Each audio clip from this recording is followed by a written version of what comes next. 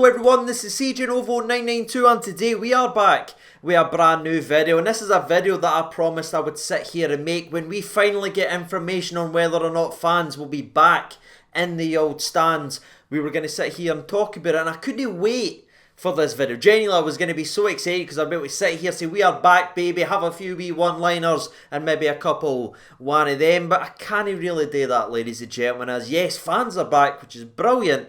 But the fact that they've only allowed 2,000 in at the stadium, given what we've seen over the last couple of weeks, honestly, just has me baffled. And that's what we're here to talk about. Now, before we do go down this rabbit hole of this very, very tricky situation, I want to take a brief second at the start of today's video to take a step back, hold my hands up and say I am not an expert in this field by any stretch of the imaginations. I don't know all the ins, all the outs, all the shaking its, all boots. I dunno, ladies and gentlemen. I'm daft and I usually get a lot of things wrong, which is always highlighted and pointed out in the comment section. But every single time I am pointed out, or someone says something, or if I say something and someone says, nah Craig, it's actually this way, I always hold my hands up and I talk about it in the comment section below, because I still read every single comment that comes in, which is probably why I'm not being helped with these amount of grey hairs. But still, if I'm wrong in this subject, feel free to let me know down in the comments. But as a footballing fan, ladies and gentlemen, I'm sitting back and I'm looking at the drastically different standards that's been perfectly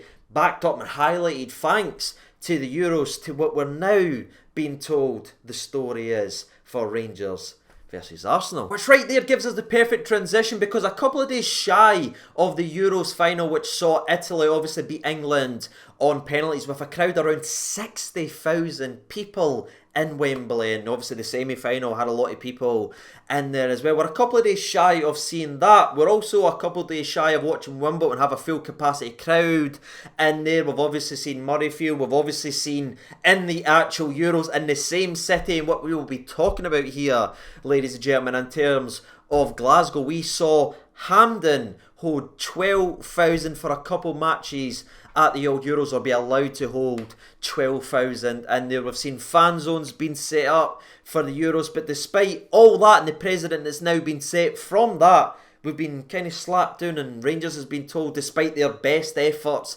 that that won't be what's happening here. Nah, you're only allowed 2,000 in Ibrox for this friendly. I just don't get it, ladies and gentlemen. Honestly, to me, it's baffling, because the only difference to me is the money and who's actually making it, and that's surely got to be the main difference in this. Because yes, you can move the Wimbledon stuff and you can move the Wembley stuff to one side, but just look at the Hampden, man. It's the same city within a couple of weeks apart. You know what's funny? We were apparently in a worse situation then than we are now in this new level, but how do you go to a better situation and a better level and a better this and a better that, but lose the ability to put 10,000 people inside a stadium?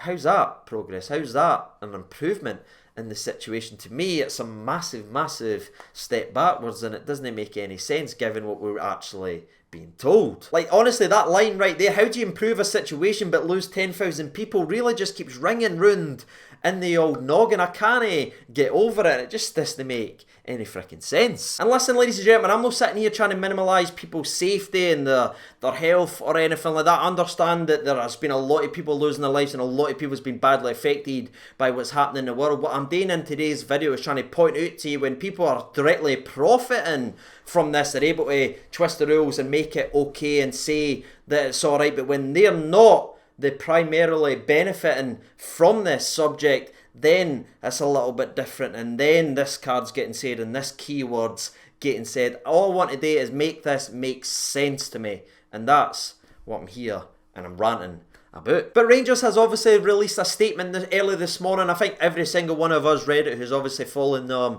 on Twitter, but if you haven't seen it already, I will leave a link down in the description if you want to click on it and read the entire thing for yourself. But what we'll do in today's video is speak about a couple of paragraphs and then a couple of statements that I think is very telling and gives you an idea of where Rangers are on this situation, because this is what they had to say. Following lengthy discussions with the Scottish Government and local authorities, Rangers have been granted permission to host 2,000 supporters at Saturday's friendly match with Arsenal. Rangers are disappointed that the small number of supporters being granted access given the precedent which was set at Euro 2020 matches at Hampden Park. Spot on, Mr. Rangers, spot on. son. And they continue by saying, as well as other sporting events in Scotland, and the time it has taken to have a number of supporters confirmed by the Scottish Government. Discussions between the club and the relevant authorities continue for the Brighton and Real Madrid games on the 24th and 25th of July, and we will update supporters on ticketing plans for those games in due course. End quote from Rangers, and that right there for me is a perfect little statement that just shows how stupid and how obvious the issues are with everything that we're being told right now. Yes, it's not as strongly worded as it possibly could have, but they could have came out absolute swinging for the fences, aiming for home runs. But again, as they mentioned in their statement, they are still in negotiations and conversations for the Brighton game and the Real Madrid game. They didn't want to come out here firing and absolutely spitting on the Scottish Government, because you know what they are like. They'll just sit back and go, alright, well, you can't get any more fans for the next two games as well. That's just kind of the way a lot of these people are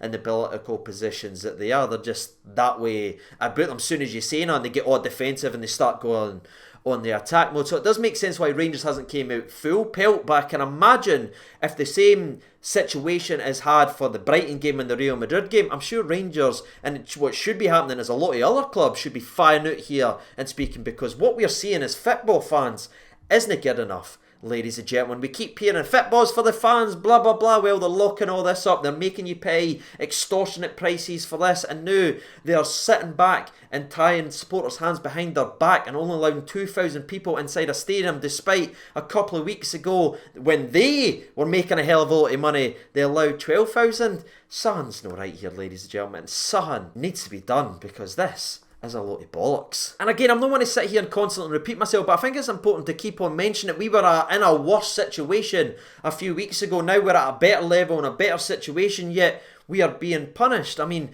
I guess it's easier to bend the rules and twist the rules for your own gain when you're actually profiting from it, but when it's time for the clubs to get a wee bit of money and the fans to get a bit of enjoyment, then you can twist things and start playing behind your wordplay, because that's the only thing that I can see is the difference. They were gaining a lot of money for the Euros. They're not gaining a lot of money for this, and the difference is there to be seen. And I think given that, I think it's pretty clear where I stand with this situation, but I'm sure there's going to be someone in the comment section who, when they were turning on a Bunsen burner, didn't go like, whoo, whoo, like I used to do, and I'm sure they're a lot smarter than me, and they'll come in and they'll fire in some stats and statistics, and fair enough, let me know down in the comment section below, because I just don't get this at all, ladies and gentlemen. I would honestly love someone to explain it to me. And speaking of explaining, by the way, I would love to know where the SPFL and the SFA are in this entire situation, because we've seen how quickly they can get statements out when they're questioned, or their BS politics and everything like that is questioned. They are fast to come out. They didn't even finish reading documents and they're firing out statements. But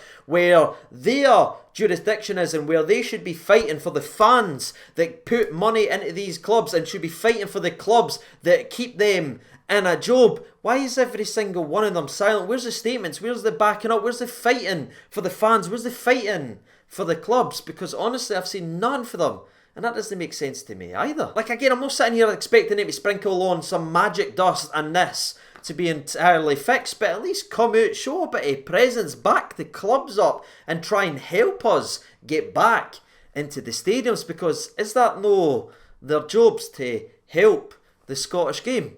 They're awfully quiet, and for me, that's not helping the Scottish game at all. And again, I'm saying the Scottish game there because it's not obviously just on Rangers now. That's where my main entire focus is always going to be. But if you look around, there is other teams out there. I think Celtic's having the exact same for a friendly, despite the fact that we've got Champions League qualifiers in a couple of weeks. We need the fans there because we know how important those fans can be and how important that can be for Scottish football to get into these tournaments. So something needs to be done, ladies and gentlemen. But for those who are interested in these 2,000 tickets, who want to know a little bit more information, I'll transition a little bit and give you an update on what Rangers have said about getting your hands on these 2,000 bad boys. Season ticket holders who have access to all games at Ibrox will be given priority, with the balance being balloted among season ticket holders who are MyGers members and have enrolled in the home friendly scheme. Those who are successful in the ballot will receive an email outlining arrangements for Saturday's match. End freaking quote. But that's it, ladies and gentlemen. That's me had my saying my bit of a rant. Again, someone might point out why this is, and fair enough, that's in the comment section. But what I love about this channel is I think me and you can always just sit here and talk about it. It's like having been in the pub with your mates or anything. That's what I kind of think this channel is, and that's what's been scrambling about my noggin now for the last little while, and it's really been backed up by the statement this morning. I'm not happy about it. I'm frustrated. I'm annoyed. I didn't get it. What about you? Let me know your thoughts and opinions down there in the comment section below. And as I haven't done so already, if you don't mind me being a wee bit cheap, if you didn't mind helping the old channel, that would be greatly appreciated. We are less than 320 away from 50k people. Genuinely, 320 people away. It's absolute madness. So any help would be honestly incredible if we can reach that unbelievable milestone. But until next time, ladies and gentlemen, boys and girls, I've been CJNova92. Take care of yourselves. All the best and bye.